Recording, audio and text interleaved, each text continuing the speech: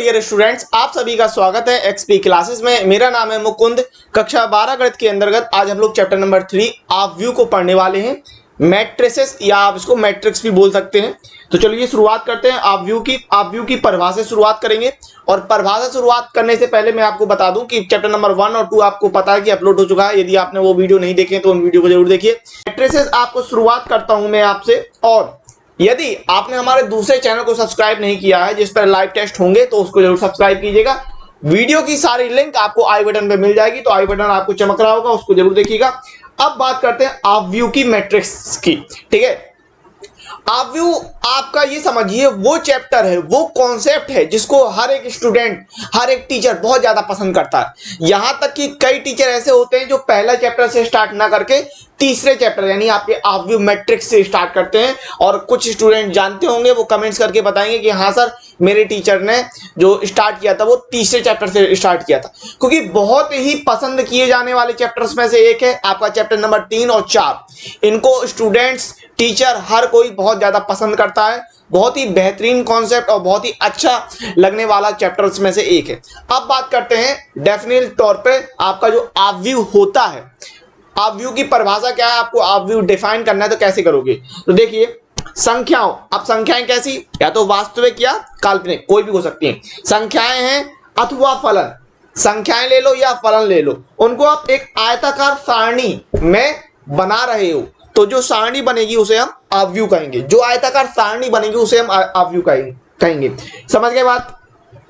इन संख्याओं, जो आपने सारणी के अंदर आयताकार सारणी में जो संख्याएं लिखी या फलन लिखे, तो इन्हें हम अवयव के अवयव अथवा प्रविष्टि कहते हैं। क्लियर है बात। जो सारणी के अंदर अंक होंगे, संख्याएं होंगी या फलन होंगे, उनको हम अवयव या प्रविष्टि कहेंगे। अवयव को अंग्रेजी वर्णमाला के बड़े अक्षरों द्वारा व्यक्त करते हैं। तो जैसी आप ये सारणी देख रहे हो ना, इसको हम क्या बोलते हैं, अवयव बोलते हैं। बात समझ गए। इसी प्रकार मैंने आपको कुछ और उदाहरण लिए हैं जिन्हें आप देख सकते हैं। ये आपके क्या कहलाएंगे, अवयव कहलाएंगे। अब इसमें सबसे बड़ी बात नोट करने वाली वो ये है, और ये आप बिल्कुल स्पष्ट तौर पे अच्छे से समझ लीजिएगा। क्यों? क्योंकि यही चीज मेन है आप व्यू में। क्या मेन है? पंक्ति और स्तंभ। अब पंक्ति स्तंभ क्या होता है समझिए। देखिए, ये इस प्रकार से अगर आप डाल दें, इस प्रकार से अगर आप लाइनें डाल दें, ऐसी अगर आपने लाइनें डाल दी, क्षैतिज लाइनें, इनको आप पंक्ति कहोगे। क्या कहोगे? पंक्ति। पंक्ति यानी रो। ठीक है, तो ये हो गई आपकी R1, ये R2 और ये R3।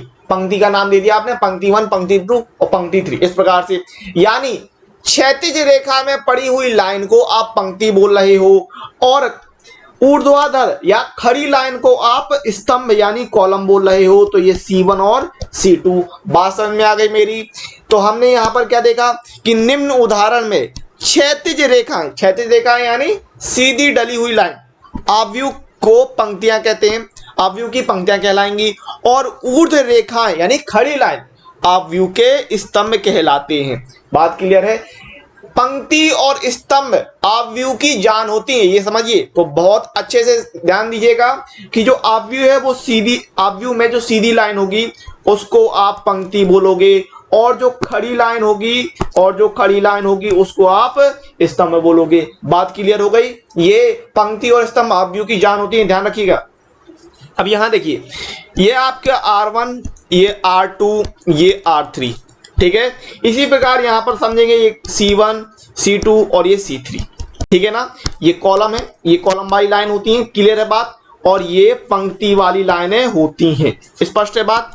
तो इस प्रकार से आपको ध्यान रखना है, पंक्ति और स्तंभ अवयव की जान होती हैं। इसको अच्छे से ध्यान रखिएगा। पंक्ति का मतलब क्या है? पंक्ति का मतलब है एक सीधी लाइन, और स्तंभ का नाम क्या है? एक खड़ी हुई लाइन। इस प्रकार से क्लियर है बात। अब बात करते हैं कि भाई अवयव का नाम देना है।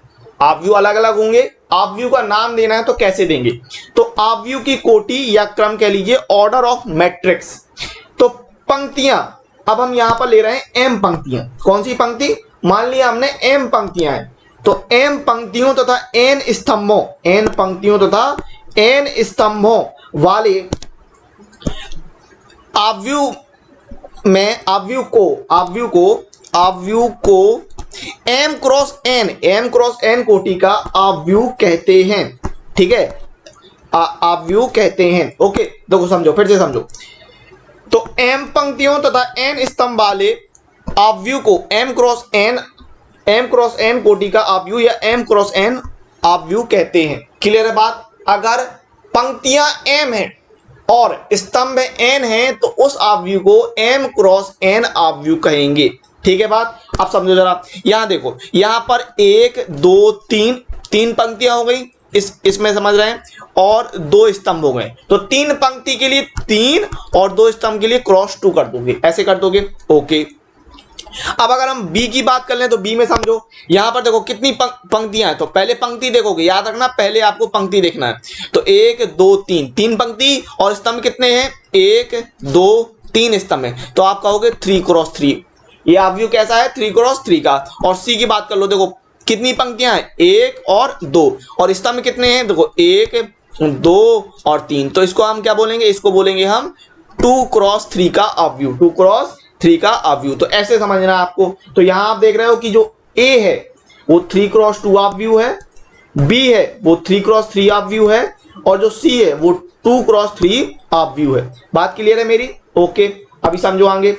किसी m क्रॉस n ऑब्व्यू में अवयवों की संख्या m इंटू n होती है। मतलब जो m और n है, पंक्ति और स्तंभों का आपस में गुणा करा दो तो आपको क्या मिल जाएंगे? उसमें अवयव कितने हैं। समझ गए बात? उसमें आपके जो एलिमेंट हैं वो कितने हैं। तो जैसे अगर हम बात करें a की, तो 3 क्रॉस 2 है, यानी 3 और 2 का गुणा कराने पर आपको पता चल जाएगा कि a में 6 अवयव हैं। गिन लो भाई, देख लो, 1 2 3 4 5 6, a में 6 अवयव हो गए। ओके, बी में कितने होंगे? 3 गुणे 3 9 अवयव होंगे, और सी में कितने होंगे? 2 3 6 अवयव होंगे। समझ गए बात? तो m क्रॉस n ऑब्व्यू में अवयवों की संख्या m और n का गुणा करने से पता चल जाएगा। पंक्ति और स्तंभ का आप गुणा करेंगे तो आपको पता चल जाएंगे कि कितने अवयव है। किसी m क्रॉस n कोटि के ऑब्व्यू को से प्रदर्शित करते हैं। किस प्रकार से प्रदर्शित करते हैं? इस प्रकार से समझो, a बराबर aij और m क्रॉस n। ठीक है, aij और m क्रॉस n इस तरीके से प्रदर्शित करते हैं। यहां जो aij है वो बता रहा अवयव को, किसको बता रहा? अवयव को। और m क्रॉस n जो है वो बता रहा आपको ऑब्व्यू को। ठीक है, यहां पर जो i और m है वो पंक्ति को प्रदर्शित करेगा, और j है और n है वो प्रदर्शित करेगा स्तंभ को। ठीक है, अब आगे देखो, आगे समझते हैं। बहुत ही साधारण चीज है, आप ये समझिए कि ऑब्व्यू बहुत ही फेमस चैप्टर है जिसे बच्चे बहुत ज्यादा पसंद करते हैं। ठीक है ना? और इसमें समझेंगे कि आगे क्या है कि बिंदुओं का ऑब्व्यू में निरूपण। अगर बिंदु है, बिंदु representation of points in matrix form. अब बिंदु क्या होता है भाई? समतल देखा आपने, एक्स वाई समतल होता है, X Y, X dash Y dash. अब यहां पर अपन को पता होता है कि एक्स वाई बिंदु है। तो अगर हमने मान लिया कोई पी है जिसके बिंदु एक्स वाई है, कोई बिंदु P जिसके निर्देशांक एक्स वाई है, तो समतल में स्थित किसी बिंदु P को निम्न रूप से प्रकट कर सकते हैं। कैसे कर सकते हैं प्रकट? इस प्रकार से आप देख रहे हो कि P बराबर या तो स्तंभ के रूप में कर दो या पंक्ति के रूप में कर दो, इस प्रकार से कर सकते हैं। ठीक है, अब इसको देखो, हमने एक एग्जाम्पल ले लिया कि किसी चतुर्भुज ABCD के शीर्ष निम्न है। अच्छा, शुरुआत है मैट्रिक्स की। मैं थोड़ा जल्दी जल्दी बता रहा हूं कि ये सारी चीजें थोड़ी थ्योरी है, सवाल पे डायरेक्ट आएंगे तो सवाल पे आपको अच्छे से समझ में आएगा। क्योंकि कई बच्चे कहते हैं सर बहुत तेज पढ़ाने लगते हो, ऐसी बात नहीं है। यदि आपको लगता है कि थोड़ा तेज पढ़ा रहा हूं तो आप क्या करो, प्लेबैक जो स्पीड है उसको कम कर लिया करो। लेकिन जो भी चीज मैं बता रहा हूं बहुत सिंपल है, तो इसको समझाने के लिए मुझे अपनी स्पीड कम करने की कोई जरूरत नहीं। समझना बात को? अगर आपको लगता है कि स्पीड ज्यादा हो रही है तो प्लेबैक से आप स्पीड कम कर लेना। ठीक है, हाँ। अब प्लेबैक से स्पीड कम कैसे की जाती है तो वो उस पर यूट्यूब पे आप सर्च कर लेना कि भाई यूट्यूब के ऐसे डालना, यूट्यूब में जो वीडियो आती है उसकी स्पीड कैसे कम ज्यादा करें। ठीक है, तो आपको पता चल जाएगा। ओके, अगर हम बात करें ABCD चतुर्भुज के 4 शीट्स होते हैं, 4 शीट्स के लिए 4 बिंदु होंगे। अब आप इन 4 बिंदुओं को ऑब्व्यू रूप में 2 प्रकार से दिखा सकते हैं, जैसे मैंने यहां पर बताया है। समझ गए बात? जैसे अगर आपने ABCD को पंक्ति के रूप में ले लिया तो फिर आप X और Y बिंदुओं को इस प्रकार से डालोगे, लेकिन अगर आपने स्तंभ के रूप में ले लिया तो फिर आप इसको इस प्रकार से डालोगे। समझ गए ना बात? तो ऐसे करते हैं बिंदुओं का निरूपण। अब आगे देखो, आपको उदाहरण नंबर 1 दिया, क्या दिया समझना बात को। 3 फैक्ट्रियों 1 2 3 में पुरुष तथा महिला कर्मियों से संबंधित निम्नलिखित सूचना पर विचार कीजिए। आपको ये दे दिया कि भाई पुरुष कर्मी है, महिला कर्मी है और 3 फैक्ट्री है। अब आगे कह रहा है कि उपयुक्त सूचना को एक 3x2 आप व्यू में निरूपित कीजिए।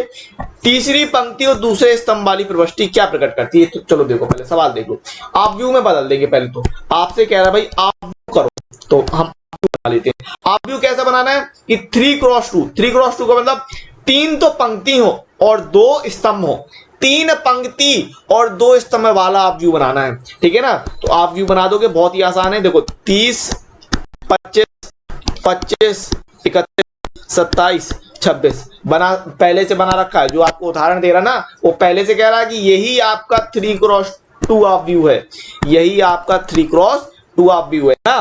तो ये बन गया आपका 3x2 आप व्यू, कोई दिक्कत नहीं है, बस सिंपल है ना। इस प्रकार से आपको आप व्यू बनाना था। ओके, अब आगे क्या कह रहा है? तीसरी पंक्ति और दूसरे स्तंभ। तो भैया तीसरी पंक्ति कौन सी है? ये रही तीसरी पंक्ति R3, और दूसरा स्तंभ, तो दूसरा स्तंभ कौन होगा? ये वाला, ठीक है, ये C2। तो तीसरी पंक्ति है आपकी ये वाली और दूसरा स्तंभ है ये वाला, और इसमें कॉमन कौन है? इसमें कॉमन है 26। क्या प्रकट करती है? ये बता रही है कि भाई तीसरी फैक्ट्री में, ये आपको क्या बता रहा कि तीसरी फैक्ट्री में महिला कर्मचारियों की संख्या 26 है। हमें यहां पर क्या पता चल रहा? तीसरी पंक्ति और दूसरे स्तंभ से हमें पता चल रहा कि तीसरी फैक्ट्री में, आपको यही चीज लिखनी है, ठीक है ना। तीसरी पंक्ति और दूसरे स्तंभ वाली प्रविष्टि हमें प्रकट करती है कि तीसरी फैक्ट्री में काम करने वाले महिला कर्मचारियों की संख्या 26 है। तीसरी फैक्ट्री में काम करने वाली महिला कर्मचारियों की संख्या 26 है।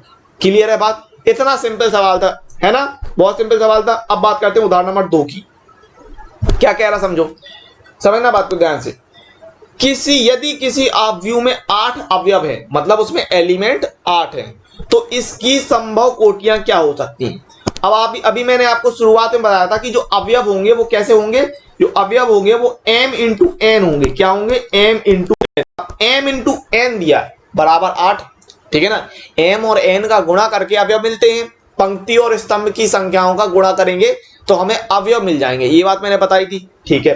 अब 8 आ रहा, तो आप सोचिए कि 8 को आप कैसे पा सकते हैं, है ना। 8 को आप कैसे पा सकते हो भाई?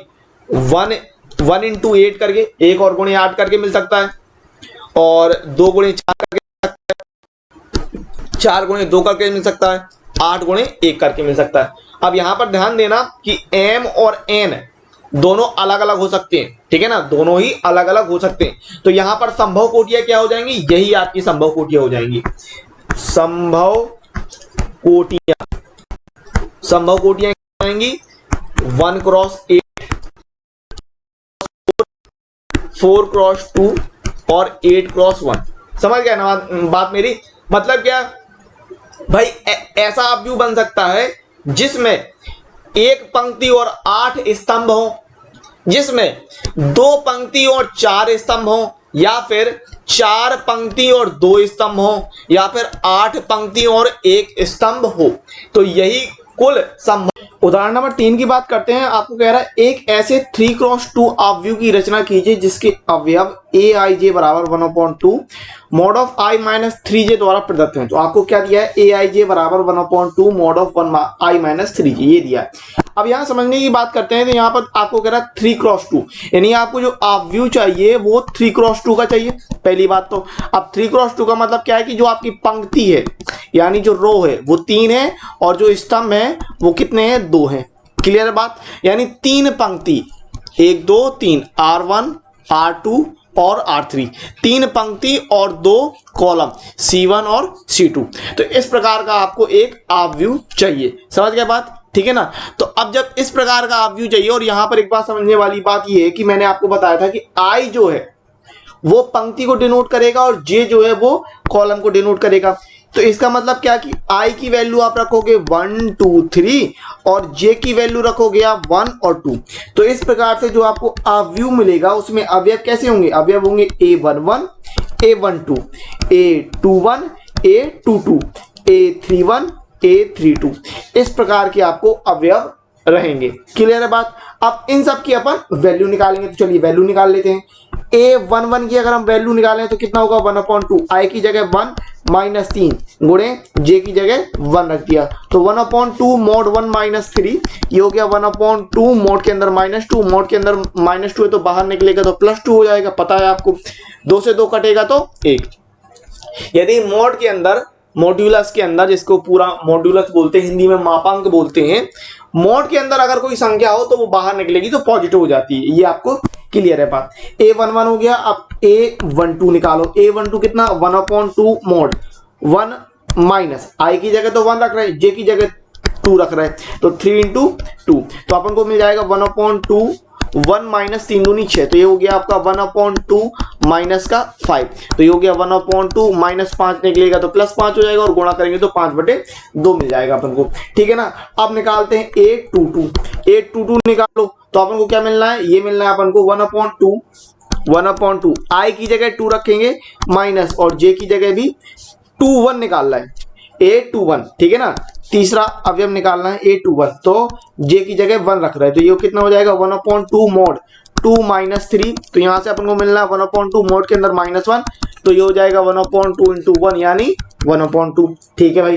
फिर आगे अगर बात करें तो अब निकालना है आपको a22, तो 1/2 कितना होगा 1/2 mod के अंदर 2 माइनस जे की जगह भी अब 2 रखेंगे, ओके, तो ये हो गया 1/2 और हो गया 2 - 3 दूनी 6, तो ये कितना मिला 1/2 mod के अंदर -4, बाहर निकालना है तो बनेगा 4, तो 2 से भाग देंगे तो बचेगा 2 अपने पास, ठीक है ना, ओके।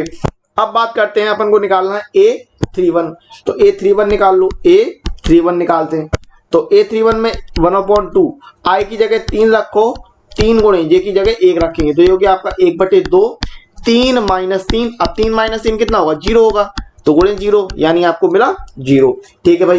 अब बात कर लो a32 की, a32 तो 1/2 mod के अंदर आई की जगह 3 - 3 गुणे जे की जगह आपको रखना है 2, ठीक है ना, तो ये हो गया 1/2 mod के अंदर 3 - 3 दूनी 6, ठीक है भाई, तो ये हो गया 1/2 mod के अंदर -3, तो कितना मिला 1/2 और गुणे 3, तो ये हो गया 3/2। तो इस प्रकार से आपको ये सारे अवयव मिल गए, पहला, दूसरा, तीसरा अवयव, चौथा, पांचवा और छठवां अवयव, तो इस प्रकार से आपको अवयव मिल गए। तो आपयू क्या हो जाएगा आपका, इस प्रकार से यहाँ पर आपयू बन जाएगा। पहला क्या मिला था, ये अपन को पहला मिला था 1 और फिर 5/2, तो 1 और 5/2, फिर कितना मिला 1/2 2, तो ये हो गया 1/2 और 2, फिर मिला 0 और 3/2, तो इस प्रकार से आप व्यू निकालना, तो ये आपका आंसर हो जाएगा। अब बात करते हैं आप व्यू के प्रकार की, टाइप्स ऑफ मैट्रिसेस, ठीक है। ये इंपॉर्टेंट हो जाते हैं क्योंकि आपके क्वेश्चन में इनडायरेक्टली इनसे चीजें पूछ दी जाती हैं, इनडायरेक्टली कहेंगे ना, आपके क्वेश्चन में इनका नाम दिया रहेगा, तो आपको पता होना चाहिए कि आव्यू में कौन कौन से आव्यू होते हैं, इनके टाइप्स क्या क्या है, ठीक है ना, तो ये आपको पता होना जरूरी है, तो इस पर जरा ध्यान देंगे। पहला है आपका स्तंभाव्यू। अब कॉलम मैट्रिक्स की बात करें तो आपका नाम से कॉलम की बात कर रहा, तो ऐसा आव्यू जिसमें एक कॉलम हो, यानी एक स्तंभ वाले आव्यू को स्तंभाव्यू कहते हैं। जैसे आप यहां पर एग्जाम्पल के तौर पर देख रहे हैं, तो इसको हम स्तंभाव्यू कहेंगे, ठीक है। यहां पर 4 रो है, 1 2 3 4, 4 पंक्ति हैं, R1 R2 R3 R4, 4 पंक्ति हैं, लेकिन स्तंभ कितना है, एक स्तंभ है, कॉलम 1 है, तो इसको पहली बात तो 4-1 के नाम से हम इसको 4x1 आव्यू कहेंगे, 4x1 इसको कहेंगे, ठीक है ना। दूसरा, इसमें एक स्तंभ है तो इसको हम क्या बोलेंगे, स्तंभाव्यू, ठीक है, ओके, बात क्लियर है। सेकंड की बात करें तो पंक्ति आव्यू, तो जैसा एक स्तंभ में को हम स्तंभाव्यू कहेंगे, जिसमें जिस आव्यू में एक स्तंभ होगा उसे हम स्तंभाव्यू कहेंगे। उसी प्रकार ऐसा आव्यू जिसमें एक पंक्ति हो उसे हम पंक्ति आव्यू कहेंगे, तो यहां पर आप देख पा रहे हैं, ठीक है ना। तो ये इस सरल है, कोई दिक्कत बात ही नहीं वाली बात नहीं है, स्तंभाव्यू और पंक्ति आव्यू, ठीक है। आगे बढ़ते हैं, ये इंपॉर्टेंट है, जरा ध्यान रखिएगा। वर्ग आव्यू क्या होता है, वर्ग आव्यू एक ऐसा आव्यू जिसमें पंक्ति और स्तंभ की संख्या समान होती है, उसे हम वर्ग आव्यू कहते हैं, यानी पंक्ति m और स्तंभ n, m को हम पंक्ति बोल रहे थे और n को स्तंभ बोल रहे थे, ये बात क्लियर है। तो m और n की अगर संख्या बराबर हो रही है, पंक्ति और स्तंभ की संख्या बराबर हो रही है, तो उसे हम वर्ग आव्यू कह रहे हैं। तो यहां आप देख रहे हैं कि 3 पंक्तियां हैं, 1 2 3, और 3 कॉलम है आपके 1 2 और 3, ठीक है ना। तो 3 पंक्ति और 3 कॉलम है, इसीलिए इसे हम वर्ग आव्यू कहेंगे। और ये क्या कहलाएगा, 3x3 का आव्यू, 3x3 का आव्यू। वर्ग अवयव को m क्रॉस n के स्थान पर n कोटि का अवयव भी कह सकते हैं। मतलब उसे अगर आप m क्रॉस n अवयव ना कहो तो n अवयव भी कह दो तो चल जाएगा, है ना, क्योंकि पंक्ति और स्तंभ दोनों बराबर रहते हैं इसलिए। ओके, अच्छा अब बात करो अवयव का विकर्ण। अवयव का अच्छा ये प्रकार में नहीं है, थोड़ा सा अलग है। आप यहाँ देख रहे हैं हैशटैग लगा है तो ये अलग से ध्यान रखेंगे। विकर्ण क्या कहलाता है, तो अगर हमने कोई मान लिया जो आपका 3x3 या कोई भी आपका एक अवयव है, ठीक है, अच्छा ये 3x3 या 2x2 में ही काम करेगा, विकर्ण वहीं पर काम करेगा। तो जो आपके इस प्रकार के अवयव मिलेंगे आपको, ये अवयव, इनको आप विकर्ण कहोगे। अवयव का विकर्ण क्या कहलाएगा, अवयव के विकर्ण 1 4 6 है, ठीक है तो ए के विकर्ण अवयव 1 4 6 होते हैं। जो विकर्ण कहलाएंगे वो कहलाएंगे आपके 1 4 6। क्लियर है बात, तो इसको आपको ध्यान रखना है। अच्छा आप ये मत कह देना कि सर जी इस तरफ से लेना है, इस तरफ से नहीं लेना है, ठीक है ना, ऐसे नहीं लेना है, सिर्फ एक ही साइड से लेंगे इस प्रकार से जो मैंने आपको बताया। तो इसको आपको ध्यान रखना है, विकर्ण ही कहलाएगा आपका, ठीक है। अब बात कर लेते हैं विकर्ण अवयव की, डायगोनल मैट्रिक्स की। तो यदि अवयव के विकर्ण के अतिरिक्त, यदि अवयव के विकर्ण के अतिरिक्त अन्य सभी अवयव शून्य होते हैं तो उसे हम विकर्ण अवयव कहते हैं। और यहां पर आपको ध्यान रखना है कि वर्ग अवयव, यदि वर्ग अवयव के विकर्ण के अतिरिक्त अन्य सभी अवयव शून्य होते हैं तो उसे हम विकर्ण अवयव कहते हैं। तो यहाँ पर एक ही अवयव है, यहाँ आप देख रहे हैं तो एक ही अवयव है, तो बाकी के अवयव शून्य होने की कोई जरूरत नहीं है। यहाँ पर आप देख रहे हैं तो जो विकर्ण है उसके बाकी के जो अवयव हैं वो शून्य है, ठीक है। यहाँ पर भी देख लो विकर्ण के अतिरिक्त जितने अवयव हैं वो सब शून्य है, तो इसे हम विकर्ण अवयव कहेंगे। क्लियर है बात, विकर्ण के अतिरिक्त अन्य सभी अवयव यदि शून्य होते हैं तो उसे हम विकर्ण अवयव कहते हैं। क्लियर है, ओके। आदेश अवयव, स्केलर मैट्रिक्स। तो यदि विकर्ण अवयव में, यदि विकर्ण अवयव में विकर्ण के अवयव समान होते हैं, विकर्ण के अवयव कैसे हो, समान हो, तो उसे हम आदेश अवयव कहते हैं। समझ गए बात। तो यहाँ पर देखो, यहाँ तो पहली बात एक ही अवयव है तो ये आपका आदेश अवयव कहलाएगा। अब यहाँ देख रहे हो विकर्ण में जो अवयव है वो 1 1 है तो इसे हम आदेश अवयव कहेंगे। जो विकर्ण में अवयव हो √3 है तो इसे हम आदेश अवयव कहेंगे। ओके, अब बात करते हैं तत्समक अवयव की। तो आइडेंटिटी मैट्रिक्स, ऐसा विकर्ण अवयव जिसके विकर्ण के सभी अवयव एक होते हैं उसे हम तत्समक अवयव कहते हैं। अवयव कैसे हो, विकर्ण में अवयव कैसे हो, एक एक अवयव हो तो उसे हम तत्समक अवयव कहेंगे। क्लियर है बात, ओके। शून्य अवयव, जीरो मैट्रिक्स, ऐसा अवयव जिसके सभी अवयव शून्य होते हैं उसे शून्य अवयव कहते हैं। उदाहरण आप देख रहे हो, ये 0 0 0 0 0 इस प्रकार से दिया हुआ है। क्लियर है। अब बात करते हैं अवयव की समानता, इस पर आगे आपको क्वेश्चन मिलेंगे। तो अवयव की समानता, इक्वलिटी ऑफ मैट्रिक्स। तो दो अवयव A और B समान होंगे यदि उनकी कोटियां समान है। पहली बात तो उनकी कोटियां समान है, कोटि समान होने का मतलब पंक्ति और स्तंभ वाला जो मामला रहता है उनकी कोटियां समान होनी चाहिए, ठीक है, पहली बात। तथा संगत अवयव, संगत अवयव समान होंगे, ठीक है। कैसे होंगे समझो, मान लो A और B दिया तो यहाँ आप देख रहे हैं 2 3 0 1, यहाँ आप देख रहे हैं 2 3 0 1, तो आप देख रहे हो कि A और B आपस में बराबर हो गए। लेकिन अच्छा यहाँ एक चीज गौर करो, ये आपका 2 क्रॉस 2 है और ये भी 2 क्रॉस 2 है, तो इनकी कोटि कैसी है, बराबर है, तो ये समान कहलाएंगे। लेकिन अगर हम दूसरे एग्जाम्पल की बात करें, मान लो A दिया आपको 3 2 0 1 और B दिया 2 3 0 1, तो यहाँ आप देख रहे हो कि ये संगत अवयव, यहाँ 3 है, यहाँ 2 है, और यहाँ 2 है और यहाँ 3 है। तो अब कोटि तो समान है लेकिन संगत अवयव समान नहीं है, तो A not equal to B हो जाएगा, ठीक है ना। क्लियर है बात। अब जब हम एक एग्जाम्पल ले लें, आपको दे दिया इस प्रकार से और कह रहा है कि ये दोनों बराबर है, तो आपसे कह रहा है कि इनकी वैल्यू निकालो। भाई सीधी सीधी बात है, x की वैल्यू कितनी हो जाएगी, -1.5 -1.5। y का मान कितना हो जाएगा, y का मान हो जाएगा 0, क्योंकि संगत अवयव बराबर होते हैं। अवयव की समानता में हमने क्या देखा कि कोटि समान होनी चाहिए। तो यहाँ देखो इनकी कोटि क्या है, 1 2 3, 3 पंक्ति और 2 कॉलम, तो आप 3 पंक्ति के लिए 3 क्रॉस 2 कर दोगे, और यहाँ पर भी 3 पंक्ति और 2 कॉलम है। देखो 1 2 3, 3 पंक्ति और कॉलम कितने हैं, 1 और 2, तो 2 कॉलम, तो इनकी कोटियां बराबर हैं। जब इनकी कोटियां बराबर हैं तो संगत अवयव कैसे होंगे, बराबर, क्योंकि ये कह रहा है कि भाई ये बराबर है।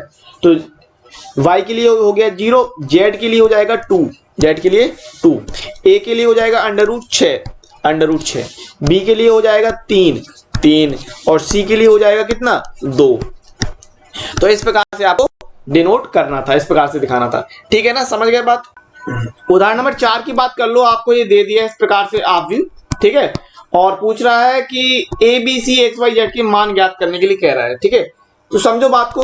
पहली बात तो यहां समझो कि ये आप व्यू कितने का है, आपको इस पर दिख रहा है कि 3 पंक्ति हैं और 3 स्तंभ है। ठीक है ना, 3 रो हैं और 3 कॉलम है। तो ये कितने का बना, 3 क्रॉस 3 का, 3 क्रॉस 3 का बना कि नहीं बना। तो इसकी कोटियां बराबर हो गई। अब A B C X Y Z के मान निकालने, तो संगत अवयव, चूंकि बराबर कह रहा है तो संगत अवयव कैसे होंगे, बराबर लेके चलोगे। चलो देखो कैसे करना है। अब देखो यहाँ पर x प्लस 3 है, तो x प्लस 3 किसके लिए हो जाएगा, बराबर 0 के लिए। तो यहां से आप कर रहे हो x प्लस 3 बराबर 0, तो हमें x की वैल्यू कितनी मिल गई, x की वैल्यू मिल गई -3। ठीक है ना, आगे बात कर लो। अब z प्लस 4 कह रहा 6 के लिए, तो z प्लस 4 किसके बराबर कर दोगे, 6 के बराबर। तो यहां से अपन को मिल गया z प्लस 4 बराबर 6। तो z, अच्छा 6 में से 4 घटेगा तो कितना मिल जाएगा, z का मान 2 मिल जाएगा। ये मिल गया अपन को z की वैल्यू। अब बात कर लो 2y माइनस 7, और यहां दिया था 2y माइनस 2, तो इसको तो अलग रखो, 2y माइनस 7 और 3y माइनस 2। यहां पर 3y है, यहां पर गलती से 2 लिख गया, यहां 3y है, 3y माइनस 2। तो क्या करेंगे, 2y माइनस 7 और 3y माइनस 2 इनको बराबर कर देंगे। चलो देखो, 2y माइनस 7 बराबर कर देंगे आप 3y माइनस 2 के। तो यहां से अपन को क्या मिलना है, 3y में से तो पहले 2y घटेगा, ठीक है ना, 3y में से 2y घटा और -7 में +2 जुड़ जाएगा। तो यहां से y की वैल्यू आ गई कितनी, -5। y का मान कितना आ गया, -5 आ गया। ठीक है, और अब बात कर लो a माइनस 1, यहां देखो a माइनस 1 किसके बराबर है, -3 के। ठीक है ना, बीच वाला पार्ट।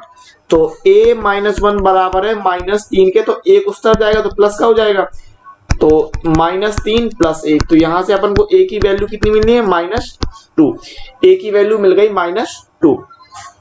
ठीक है, अब किसके बराबर करना है, b माइनस 3 2b + 4 के बराबर है। b माइनस 3 2b + 4 के बराबर हो रहा है। ठीक है ना, ओके। तो यहां से 2b में से तो b घटेगा। ठीक है भाई, 2b में से अपन ने क्या घटाया, b घटाया, तो 4 का ट्रांसफर करोगे तो हो गया -3 और -4। तो यहां से अपन को मिलेगा 2b बराबर -7। b बराबर कितना मिला, -7। ठीक है, a b निकल आया, x y z निकल आया, c बचा, तो c यहां पर देख लो, c ये दिया है 0 के बराबर दे रहा है 2c + 2। ठीक है, तो 2c + 2 बराबर 0 कर देंगे। तो यहां से आपको निकल आएगा 2c बराबर -2, तो ये हो जाएगा c बराबर -2/2। तो हम c की वैल्यू कितनी निकाल रहे हैं, -1। c की वैल्यू हमने कितनी निकाल ली, -1। तो इस प्रकार से निकालना था, तो इस प्रकार से अपन ने दिखा दिया। अब चाहो तो एक साथ दिखा दो, कैसे समझो। a का मान निकला कितना, -2, b का मान कितना निकला, -7, c का मान निकला -1, x का मान निकला है -3 और y का मान निकला है -5 और z का मान निकला है 2। तो ये आपका आंसर हो जाएगा। उदाहरण नंबर 5 की बात करते हैं। आपको दे दिया इस प्रकार से आप व्यू, ठीक है, इस प्रकार से कुछ आप व्यू आपको दे दिया और कह रहा है कि ABCD के मान ज्ञात करने के लिए। ठीक है ना, तो सवाल बहुत आसान है, कंपेयरिंग कर देंगे, तुलना है ना, संगत अवयवों की आपस में तुलना कर देंगे और निकाल देंगे। अब यहाँ आप देख रहे हो अवयव कैसे, अवयव जो है आपका कोटि कितनी है, 2 × 2 की कोटि है। ठीक है, अब इसको हल कर लेते हैं। चलो देखो क्या करोगे, 2a + b हो जाएगा 4 के बराबर। ठीक है, 2a + b हो गया किसके बराबर, 4। इसको मान लो समीकरण नंबर 1। और a - 2b हो गया किसके बराबर, -3 के बराबर। a - 2b कर लिया अपन ने -3 के बराबर। ठीक है ना, समीकरण नंबर 2 मान लो। अब यहाँ क्या करो कि ये b देख रहे हो, तो b में क्या करते हैं, 2 का गुणा कर लेते हैं। समीकरण 1 में 2 का गुणा कर दो, समीकरण 1 में 2 का गुणा करके, क्योंकि अपन 2b के बराबर कर देंगे, इसके बराबर 2 का गुणा करके। अब जब 2 का गुणा कर रहे हैं तो यहाँ माइनस और ये प्लस और माइनस देख रहे हो, ये प्लस है और ये माइनस है, तो क्या करो, दोनों समीकरणों को जोड़ देते हैं। समीकरण 1 में 2 का गुणा करके समीकरण 2 से जोड़ने पर, समीकरण 2 से जोड़ने पर, ठीक है ना। तो यहां से अपन को a b के मान निकल आएंगे। समीकरण 1 में अपन किसका गुणा कर रहे हैं, समीकरण 1 में, इस पूरे में समीकरण 1 में 2 का गुणा कर रहे हैं, तो 2 दूनी 4, 4a + 2b बराबर 4 दूनी 8। और समीकरण नंबर b से अपन क्या कर देंगे, घटा देंगे, जोड़ देंगे, a - 2b बराबर -3। इसको अपन क्या कर रहे हैं, जोड़ने पर, ठीक है ना, इसको अपन जोड़ रहे हैं तो जोड़ने पर, तो plus 2b minus 2b cut गया, ये कितना हो गया 5a, 8 में से -3 जाएगा तो बचेगा 5, तो a बराबर कितना मिल गया आपको 5/5, तो a का मान कितना आ गया, a का मान निकल आया आपका 1। अब a का मान उठा के रख दो समीकरण में, a का मान एक काम करो समीकरण नंबर 2 में रख दो, ठीक है ना, तो a का मान समीकरण 2 में रखने पर, a का मान समीकरण 2 में रखने पर, तो समीकरण नंबर 2 क्या था आपका, समीकरण नंबर 2 था a - 2b बराबर -3, a - 2b बराबर -3, तो यहाँ रख रहे हैं 1 - 2b बराबर -3, ठीक है भाई, तो -1 वहां जाए, 1 वहां जाएगा तो माइनस का हो जाएगा, तो -2b -3 -1, तो -2b बराबर -4, तो ये कितना मिला b बराबर -4/-2, तो आपको b की वैल्यू मिल गई कितनी 2, तो ये b का मान हो गया, ठीक है भाई। अच्छा समीकरण तो आपको हल करना आता है, समीकरण हल करने में आपको कोई भी प्रॉब्लम नहीं है ना। अब बात कर लेते हैं सी और डी की, तो देखो भाई सी डी की 5c - d किसके बराबर 11 के बराबर, 4c + 3d किसके बराबर 24 के बराबर, कर दो भाई, इसको कर लेते हैं। 5c - d को बराबर कर रहे हैं 11 के और 4c + 3d को बराबर कर रहे हैं 24 के, ठीक है, इसको मान लो समीकरण नंबर 3 और इसको मान लो समीकरण नंबर 4। अब क्या करो, यहाँ 3d देख रहे हो तो इसमें समीकरण नंबर 3 में 3 का गुणा कर दो और 4 से जोड़ दो, समीकरण